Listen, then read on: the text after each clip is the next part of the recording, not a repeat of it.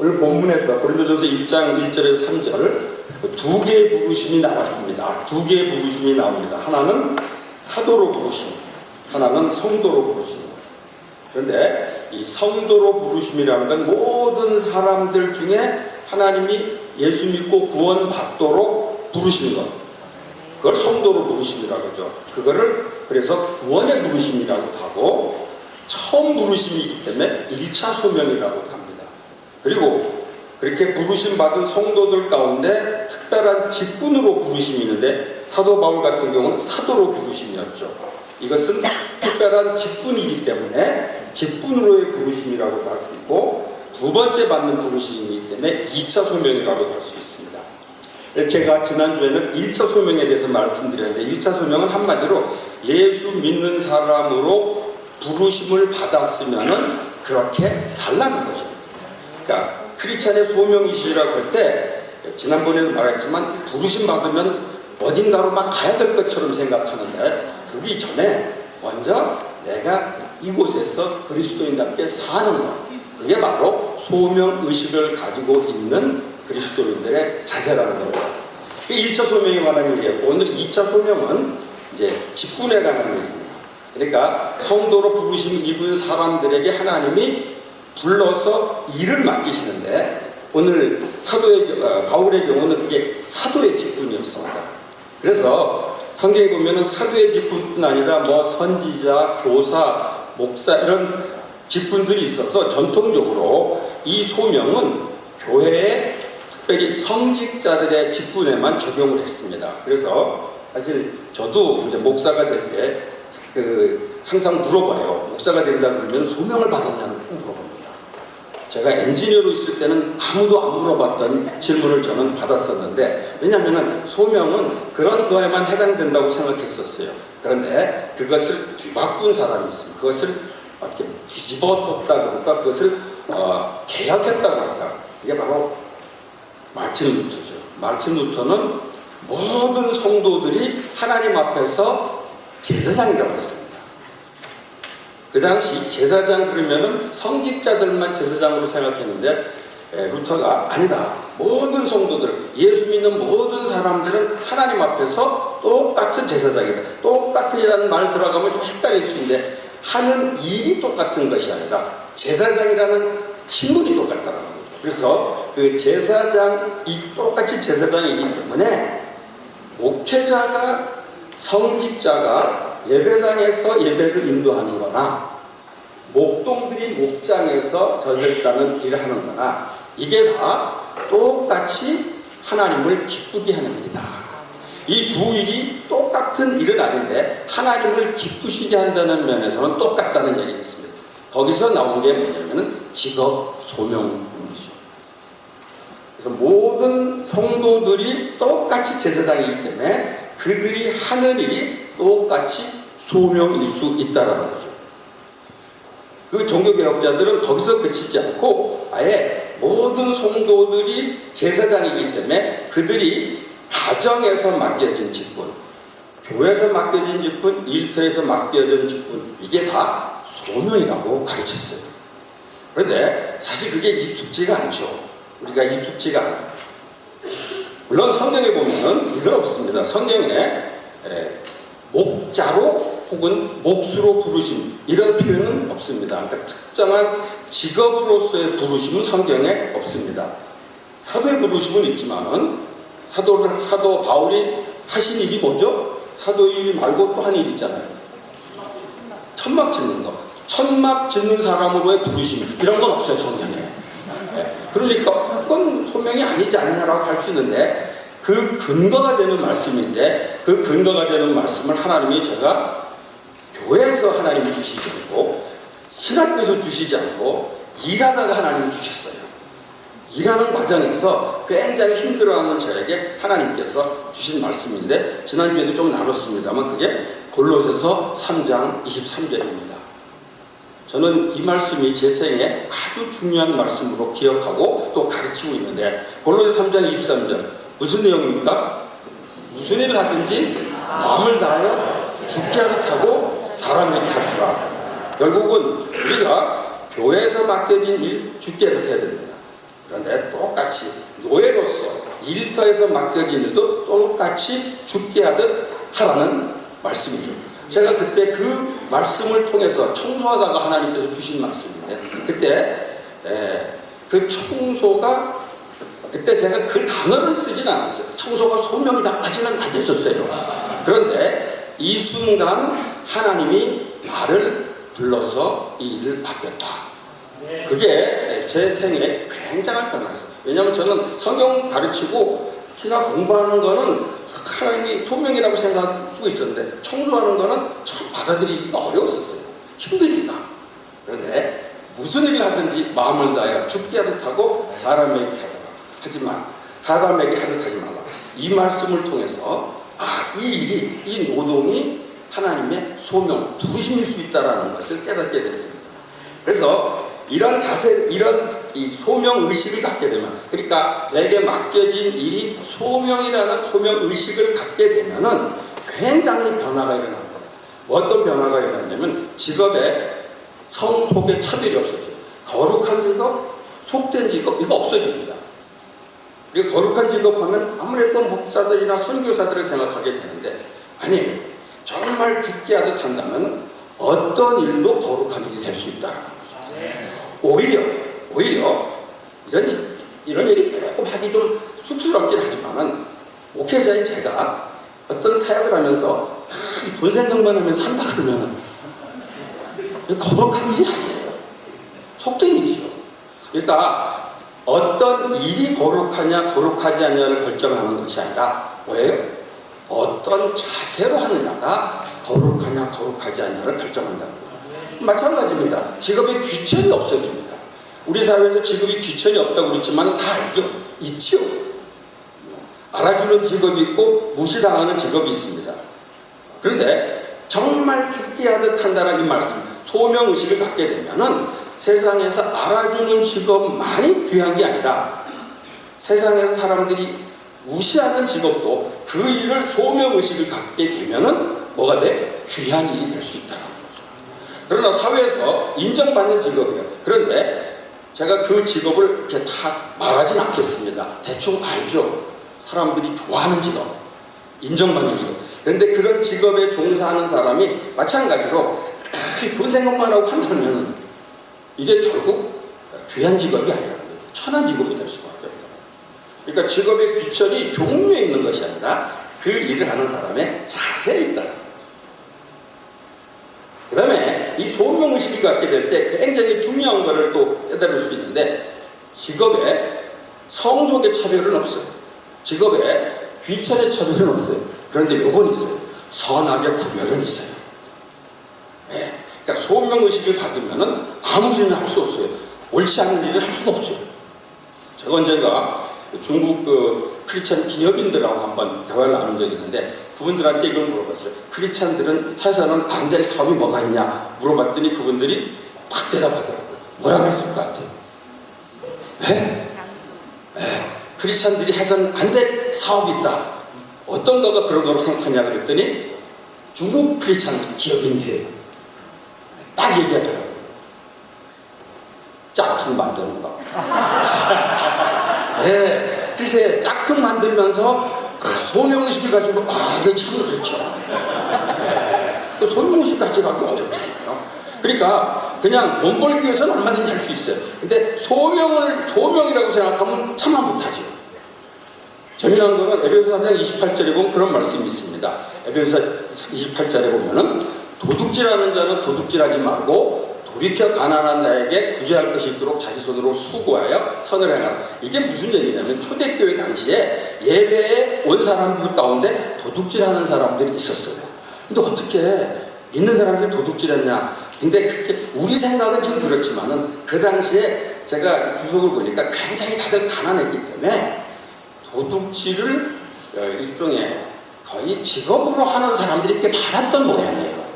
근데 예수를 믿었는데도 교회로 나오는데도 사실은 이게 빨리 바꾸지를 못하는 거죠. 왜냐하면 이게 직업이었으니까.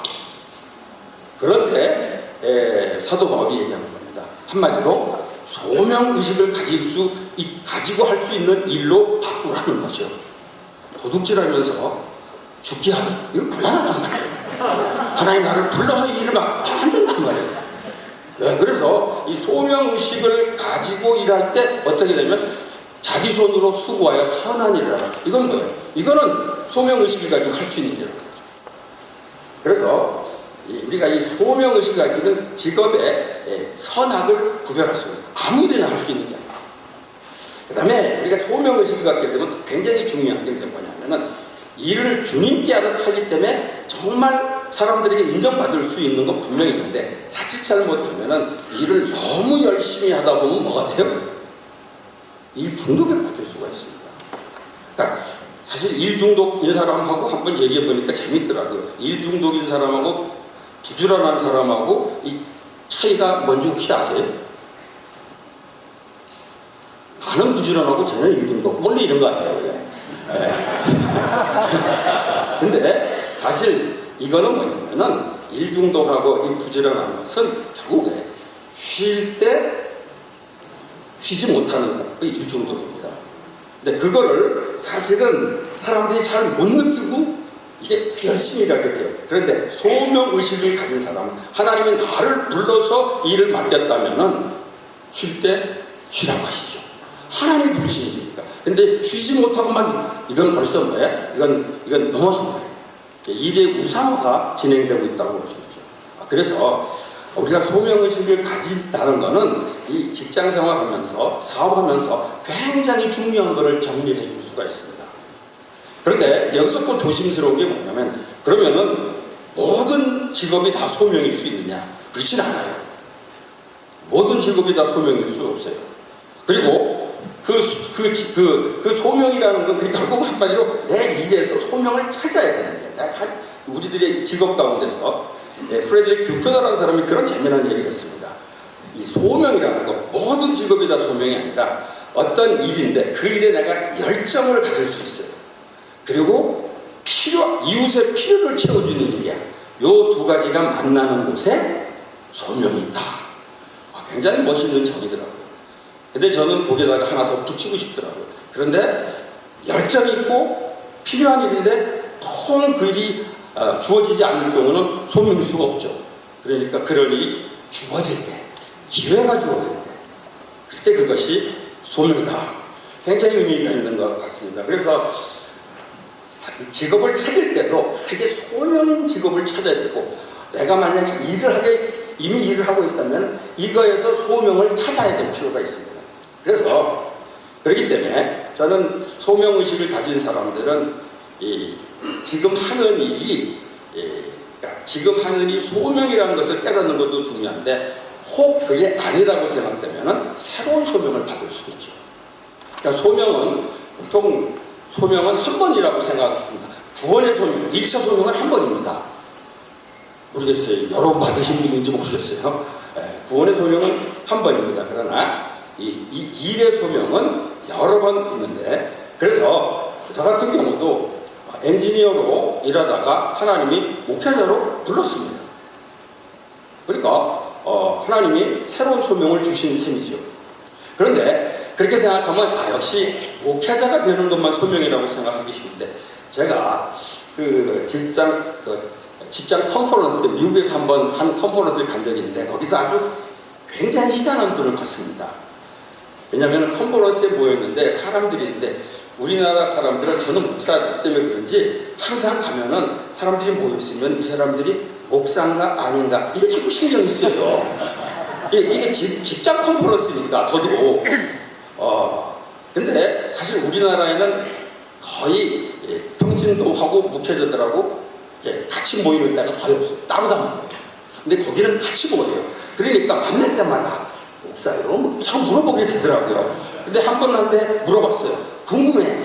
목사 같기도 하고 직장 같기도 하고 그래서 물어봤어요. 그랬더니 몇 년 전까지는 목사였대요.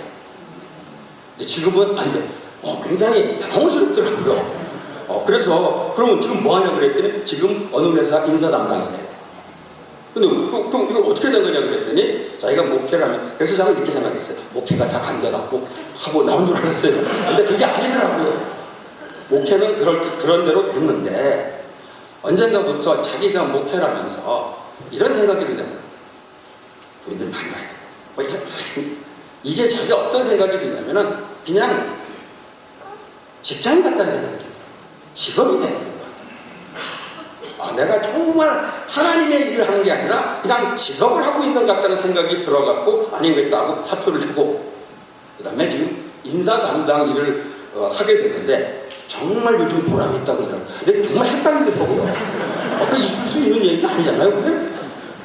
그래서 그런 과정에서 어려움 없었냐 그랬더니 아내가 별로 안 좋아했대. 목사인데 평신도가 돼서 안 좋아하냐 그랬더니 그래. 월급이 줄었대.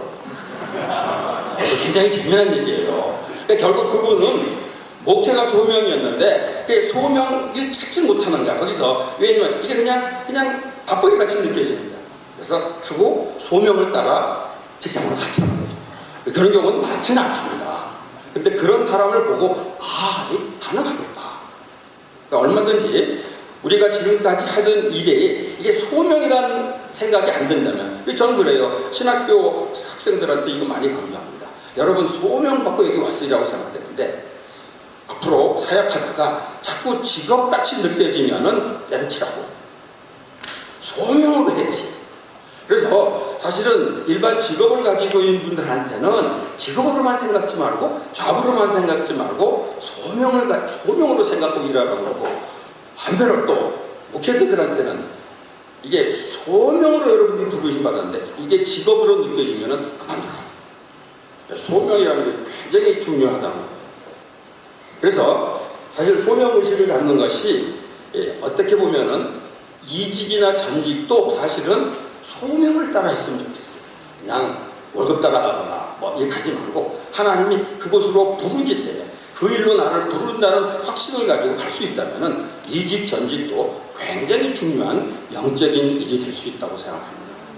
그래서 이제 이 소명 얘기를 쭉 하는데 마지막 이 부분하고 마치도록 하겠습니다. 근데 소명의식을 가지고 일하라 그러면 뭐가 되기 쉽냐면은 그러면 먹고 사는 건 어떡합니까? 소명 다 좋은데. 네, 저도 사실은 소명을 받아서 하여튼 목사가 되고 전도사가 됐는데 사실 다들 걱정을 하죠. 경제적인 거 걱정을 하는데 저는 쿨하게 탁 내려놨어요. 근데 전도사가 돼갖고 첫 사례를 받았는 데는 조금 복잡하더라고요. 이게 그 당시는 봉투로 주는데 온라인으로 봉투로 주는데 받았는데 이게 안에 들었는지 안 들었는지 모르겠더라고. 그 전에 봤던 거하고 너무 달라. 두께가 너무 달라. 그런데 그때 흔들릴 수 있죠, 사실. 그런데 소명 있으니까 흔들리지 않을 수 있었어요. 그런데 그래갖고 내가 굶어 죽었냐 그러지 않아요. 하나님이 물론 목사들이 전도사나 목사가 많이는 안 했지만은 하여튼 지금까지 살아오면은 굶어 죽지 않고 하나님께서 이렇게 채워주시더라고요. 혹시 이런 분들이 있습니다. 소명이라고 해갖고 아예 돈 문제에 대해서 완전히 초월한 분들이 있어요. 그건 초월한 게 아니라 무책임한 거예요. 가끔 그런 분들이 있어요. 교회가 없을 때고 난 소명 받았으니까 그냥 이러고 살겠다. 그런데 사실 그런 분들 일해야 돼요. 만약에 목회자로서 소명을 받았는데 사역지가 없을 경우는 일해야 돼요. 그게 하나님의 부르심일지도 모릅니다. 그래서 사실은 이 경제적으로 소명이라는 것이 경제적인 무책임으로 연결돼서는 안 된다고 생각해요. 왜냐하면 데살로니가서 4장 11절 12절에 보면 그런 얘기가 나옵니다. 사도 바울이 데살로니가 교인들 가운데 아주 경건한 분들이 있었어요. 경건 생활 사역은 열심히 하는데 통 일을 안 해요. 그러니까 뭐야? 아마추어 얹혀 지내는 거죠. 그런 사람들 향해서 데살로니가서도 4장 11절 12절에 보면 사도 바울이 분명하게 일하라고, 돈 벌라고. 그러니까 그거는 어떻게 보면은 돈 버는 것도 넓은 의미에서 소명일 수 있다는 거죠. 왜냐면 경제적인 책임이 있어요. 물론 이거예요. 경제적인 책임이 없는 경우는 전혀 관계없습니다. 그러나 경제적인 책임이 있는 경우는 돈을 버는 것이 넓은 의미의 소명이 될 수 있다는 거죠. 그러니까 돈만을 위해서 일하는 것, 그거는 직업이 잡이 되는 건데, 돈에 대해서 무책임한 거는 그거는 바람직한 소명의 자세가 아니라는 거죠. 그래서 저는 이걸 보면서 그런 생각이 듭니다. 소명의식을 가지고 하게 되면은 경제적인 문제도 하나님께서 채워주시지 않을까. 그거를 깨닫게 된 성경 말씀이 마태복음 6장 33절이에요. 마태복음 6장 33절 아주 유명한 말씀이죠. 너희는 먼저 그 나라와 의를 구하라. 그리하면 이 모든 것을 너희에게 더하시리라. 그의 나라와 의를 구한다고 하는 게 애매모호합니다. 설교자마다 굉장히 적용이 달라요. 근데 이거를 이렇게 생각하면 안 돼요. 목사가 되라 혹은 선교사가 되라. 그게 아니에요. 내게 주어지는 일 정말 하나님의 부르심으로 생각하고 그 일을 감당하게 되면은 뭐예요? 모든 것을 더하시리라. 경제적인 것도 하나님께서 채워주신다는 말씀입니다.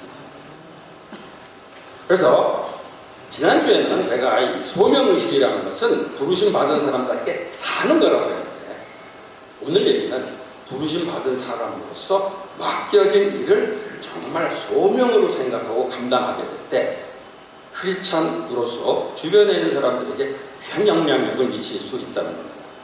오늘 이거로 말씀을 마쳐야 되겠는데 시간이 조금 남아서 한마디 더 하고 끝내겠어요. 굉장히 재미난 주제입니다. 그게 뭐냐면은 소명이라는 말하고 사명이라는 말. 이 차이가 뭔지 아세요? 우리 소명이라는 말 많이 씁니다. 소명 받으면 하여튼 어딘가 가야 되는 거로 겁을 먹는데, 소명하고 사명하고 이거 차이가 뭘까? 소명하고 이 사명의 차이에 대해서 이런 분들이 있더라고요. 목사는 소명받고 평신도는 사명만 받으면 된다. 뭐 이렇게.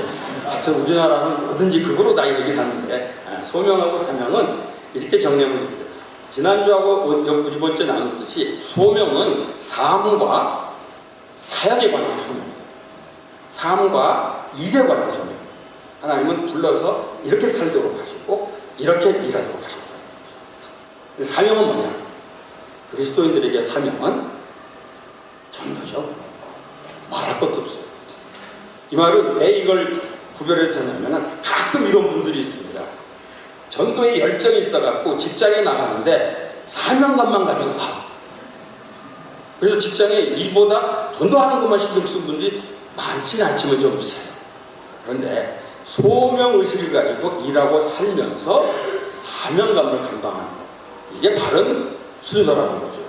그래서 저는 우리 직장에서 사명감을 가진 사람은 전도해야 됩니다. 그런데 그 전도하는 자세는 우리가 흔히 생각하는 전도하는 건 달라요. 우리가 흔히 생각하는 전도는 막 전도하는 거 아니에요. 그 전도의 자세가 베드로전서 3장 15절. 저는 베드로전서 3장 15절이 일터에서 전도하는 사람들이 가져야 될 가장 기본적인 자세가 아닌가 생각합니다. 이 베드로전서 3장 15절 한 번 읽어보죠.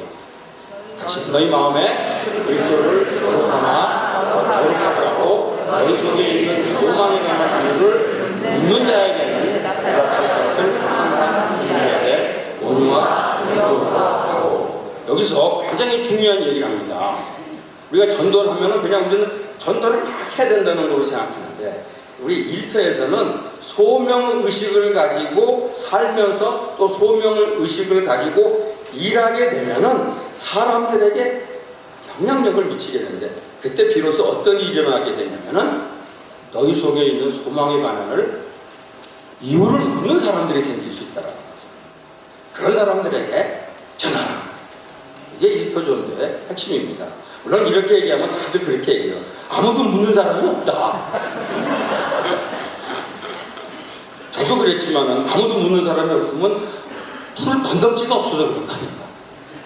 삶에서 하는 일의 모습에서 뭔가 다른 모습을 보여주게 되면 궁금을 하게 되고 관심을 갖게 되고 거기서 복음 전파가 이루어질 수 있다는 거죠. 저는 여러분들이 일터에서 일하다 오신 분들은 이렇게 세 가지로 정리를 했으면 좋겠어요. 소명의식을 가지고 삽시다. 크리스찬답게. 그리고 소명의식을 가지고 일합시다. 크리스찬답게.